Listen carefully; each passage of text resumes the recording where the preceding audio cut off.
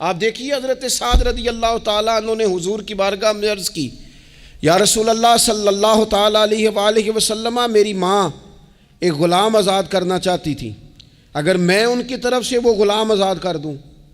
موطا امام مالک میں روایت موجود ہے، اب غلام آزاد جب آپ کر دیتے تھے نا، آج کل تو غلام بکتے نہیں، لیکن ایک قسم غلامی کی آج بھی ہے، بتا دوں آپ کو، وہ جو بندہ ایڈوانس نہیں لے لیتا بیچارہ 4 لاکھ روپیہ، پھر اس کو تنخواہ بھی پوری نہیں ملتی، پھر اس کی جان بھی نہیں چھوٹتی، وہ کہیں اور جا بھی نہیں سکتا۔ بھئی آپ ایڈوانس دیں گے کسی کو، اس کو خرید تو نہیں نہ لیں گے، اس کی مجبوری تو نہیں نہ خریدیں گے، اللہ کو ناراض تو نہیں نہ کر لیں گے۔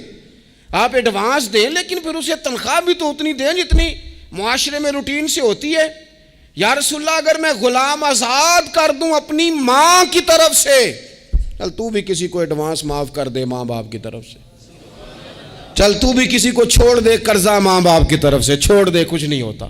رسول کریم علیہ السلام کی بارگاہ میں عرض کی حضرت سعد نے، یا رسول اللہ صلی اللہ تعالی علیہ وسلم، اگر میں اماں کی طرف سے غلام آزاد کروں تو ماں کو ثواب ملے گا؟ حضور نے فرمایا کرنا، ملے گا نا تیری ماں کو ثواب، کرنا، تم یہ سال ثواب، یہ والا سال ثواب کرنا۔ حضرت سعد رضی اللہ تعالیٰ عنہ نے ایک مقام پر یہ بھی عرض کیا تھا، ابو داؤد شریف میں موجود ہے کہ یا رسول اللہ صلی اللہ تعالیٰ علیہ وسلم، میری ماں کا انتقال ہو گیا، ان کی طرف سے کچھ کرنا چاہتا ہوں، کیا کروں؟ میں آپ سے عرض کرتا ہوں نا، تنقید کرنا تو آسان کام ہے، تو بنائے نا کسی مدرسے میں کمرہ جہاں طالب علم پڑھیں، والدین کی طرف سے بنائیں، جا کے دیکھو نا، یہ بات کرنا تو آسان ہے کہ ہسپتالوں میں ایک بیڈ پہ 4 لوگ پڑے ہیں، تو آپ اپنے والد صاحب کی طرف سے ہسپتال میں 2 کمرے بنوا دینا، آپ کو 20 بیڈ پہنچا دینا، آپ جا کے بات کریں کسی ٹرسٹ والے سے اور کسی سرکاری ہاسپٹل والے سے کہ لائنوں میں لگے ہوئے ہیں لوگ، ہارٹ کا پیشنٹ جو بیچارہ قریب ہو جاتا ہے موت کے اور اس کا ٹیسٹ ہی نہیں ہو پاتا، مشینیں نہیں چلتی، تو آگے بڑھے نا۔ کیا یہ کام نہیں ہے دور بیٹھ کر تنقید کر دینا اور تھوڑی دیر تبصروں کا مزہ لے کے چپ کر دینا؟ یہ تو کوئی بھی کر لے گا، لیکن عملی اقدام کس نے کرنا ہے؟ حضرت سعد نے عرض کی، حضور اماں چلی گئی ہے، ان کے لیے کیا کروں؟ تو شارحین حدیث کہتے ہیں شاید میٹھے پانی کے کنووں کی بعض جگہوں پہ کمی تھی، کریم نے فرمایا پانی کا احصال ثواب کر۔ حضرت سعد نے اماں کی طرف سے پورا کنواں کھدوایا اور حضور نے نام رکھا، فرمایا یہ سعد کی ماں کے نام کا کنواں ہے، تو کر دیں اماں جی کے نام پر کوئی خیر کا کام۔ اگر اور کچھ نہ ہو سکے تو اگر گلی ہم نے تنگ کر دیا نا تو ابا جی کی طرف سے وہ کشادہ کر دیں، اس کا بھی ثواب ہوگا انشاءاللہ۔ 4 فٹ جگہ چھوڑ دیں تاکہ لوگوں کو آنے جانے میں آسانی ہو، جہاں جہاں آپ لوگوں کے لیے خیر کریں گے اس پہ اللہ اجر عطا کرے، تو احصال ثواب کی یہ والی صورتیں بھی اختیار کریں۔ پھر ٹائم نکال کر والدین کی قبر پر جائیں اور وہاں حاضری دیں۔ جو لوگ مزارات پر جانے کے شوقین ہیں وہ ضرور جائیں، میں بھی جاتا ہوں، اور میں آپ کو پہلے بھی کہہ چکا ہوں، میں داتا صاحب رحمۃ اللہ علیہ کبھی بھی اس طرح نہیں گیا کہ میں جلسے پہ گیا ہوں، محفل پہ گیا ہوں، کسی کام گیا ہوں تو حاضری دے لوں، میں سمجھتا ہوں یہ ٹھیک نہیں ہے۔ میں تو داتا صاحب اسپیشل جاتا ہوں، میں تو حضرت بابا صاحب بھی جب جاتا ہوں تو اسپیشل جاتا ہوں، اور میں جاتا بھی ہوں تو ان کی خدمات دینیہ کو، ان کی عظمتوں کو سلام کرنے جاتا ہوں۔ میں تو فیوزات روحانیہ کے لیے جاتا ہوں، ایز اے خاص جاتا ہوں، حاضری دیتا ہوں، یہ بڑا کمال بات ہے۔ لیکن آپ کو ایک بات عرض کروں، یہ اللہ والوں کے مزارات ہیں، ان پر ضرور جانا چاہیے، لیکن ایک بات یاد رکھنا، ہر بیٹے کے لیے اس کے باپ کی قبر مزار ہے، ہر بیٹے کے لیے اس کی ماں کی قبر مزار ہے، اس پر بھی حاضری دو، حاضری کا مزاج بناؤ، یہاں جا کر کے نا حاضری دے کے آؤ۔ میں قبرستان سے نکل رہا تھا تو ایک دوست نے مجھے کہا کہاں ہیں؟ میں نے کہا میں اپنے والد صاحب کی قبر پہ حاضری دے کے آ رہا ہوں۔ کہنے لگے ان کا مزار کہاں ہے؟ میں نے کہا وہ آپ کے لیے تو کوئی روایتی مزار نہیں ہے، وہ میرے لیے مزار ہے، کیونکہ میرے والد ہیں نا، وہ راضی ہوں گے تو رب راضی ہوگا۔ والدہ کے لیے نبی پاک نے فرمایا اس کے پیروں کے نیچے جنت ہے، تو جس کے پیروں کے نیچے تیری جنت ہے، بتاؤ اس کی قبر تیرے لیے مزار نہیں؟ اس کی قبر تیرے لیے باعث فیوز و برکات نہیں؟ تو نبی پاک صلی اللہ علیہ وسلم نے فرمایا ایک روایت میں، جو ہر جمعے والے دن اپنے والدین کی قبر پہ جائے گا، اللہ تبارک و تعالیٰ جانے والے کی بھی بخشش فرما دے گا۔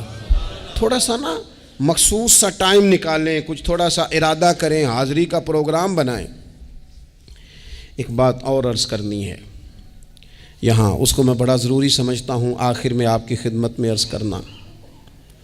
ایک بات اچھی طرح سے طے کر لینا، کچھ چیزیں ایسی ہوتی ہیں جو ادھار ہوتی ہیں، کچھ ایسی ہوتی ہیں جو نقد ہوتی ہیں، بالکل نقد، ان میں ادھار نہیں ہوتا۔ وہ کہتے ہیں نا جی ہم جی ادھار کا کاروبار نہیں کرتے، ہمارا سارا کاروبار کیش کا ہے، ہم بالکل ایک ہاتھ دے دوسرے ہاتھ لے، ہمارا یہ سلسلہ ہے، ہم بالکل جو ہے نا کسی قسم کا کریڈٹ پہ نہیں چلتے۔ میں آپ سے عرض کروں، نبی پاک علیہ السلام نے فرمایا کسی جرم کی سزا اللہ تعالیٰ دنیا میں نہیں دیتا اتنی جلدی۔ بہت ساری سزائیں رب نے روک دی ہیں، قیامت کو دی جائیں گی۔ اللہ تعالیٰ سب سزاؤں سے ہمیں محفوظ فرمائے، لیکن فرمایا والدین کی نافرمانی ایسا جرم ہے جس کی دنیا میں بھی سزا ملتی ہے، دنیا میں یہ طے ہے۔ حضور علیہ الصلوۃ والسلام نے کبھی کسی شخص کے لیے دعائے ضرر نہیں کی۔ حضور نے تو کبھی یہ بھی نہیں کہا، جو پتھر مار رہے تھے کہ یہ تباہ ہو جائیں، برباد ہو جائیں، ان کی ناک خاک آلود ہو جائے، لیکن سیڑھیاں چڑھتے ہوئے جو مشہور حدیث ہے، محبوب نے آمین کہا، اور پھر حضرت جبریل نے جب 3 لوگ بتائے تو ان میں ایک بندہ وہ تھا، حضرت جبریل امین عرض کرنے لگے یا رسول اللہ صلی اللہ تعالیٰ علیہ وسلم، جس نے اپنے ماں باپ دونوں یا کسی ایک کو بڑھاپے میں پایا اور پھر ان کی خدمت کر کے جنت حاصل نہ کر سکا، اس کی ناک خاک آلود ہو جائے، تو حضور فرماتے میں نے بھی کہا آمین، ہو جائے، اسے ہو ہی جانا چاہیے۔ یہ شخص اس طرح کا ہے کہ اسے خاک آلود ہو ہی جانا چاہیے۔ کبھی بھی زندگی میں اپنے والدین، کیا ہمیں دعا سکھائی قرآن پاک نے، کہا وَقُرْ رَبِّ ارْحَمْهُمَا كَمَا رَبَّيَانِي صَغِيرًا۔ آپ کہیے، آپ یہ دعا کیجئے کہ اے میرے پروردگار ان دونوں پر رحم فرما جنہوں نے بچپن میں مجھے پالا، ان دونوں پر رحم فرما۔ اپنے والدین کے لیے اپنے تھوڑے سے دل کو بڑا کریں، کچھ چیزیں اپنی زندگی میں طے کریں، کچھ معاملات اپنی زندگی میں۔ ہمارے ایک استاد تھے گوجرانوالہ میں، نام لیتا ہوں، حضرت مفتی عبداللطیف صاحب رحمۃ اللہ علیہ، یہ حضرت محدث اعظم کے شاگرد ہیں، اور اعلیٰ حضرت کے بڑے صاحبزادے حضرت حجت الاسلام مولانا حامد رضا خان صاحب رحمۃ اللہ علیہ کے یہ شاید واحد مرید تھے ہمارے شہر میں، مفتی عبداللطیف صاحب قادری حامدی۔ گوجرانوالہ میں شاید کوئی شخص ہو جس نے گوجرانوالہ میں پڑھا ہو تو وہ حضرت کا شاگرد یا شاگرد کا شاگرد، یہ ان کی زندگی تھی۔ ان کی والدہ کی بڑی لمبی عمر ہوئی تو ان کے بعض کلاس فیلو نا، استاد صاحب کہتے ہیں مجھے مذاق کرتے ہیں، وہ کہتے ہیں رات کو محفل پہ آنا ہے، تو استاد جی کہتے ہیں میں امی سے پوچھ کے بتاؤں گا۔ تو کہتے ہیں آپ کیا بات کرتے ہیں، اتنی آپ کی عمر ہو گئی، بچے آپ کے بڑے ہیں، پوتے آپ کے، پوتیاں نوازے، اور ابھی بھی امی سے۔ فرماتے اماں بوڑھی ہیں، ضعیفہ ہیں، میں نہیں نہ ہوتا تو پریشان ہو جاتی ہیں، دیر سے آتا ہوں تو سو نہیں پاتی، امی سے پوچھ کر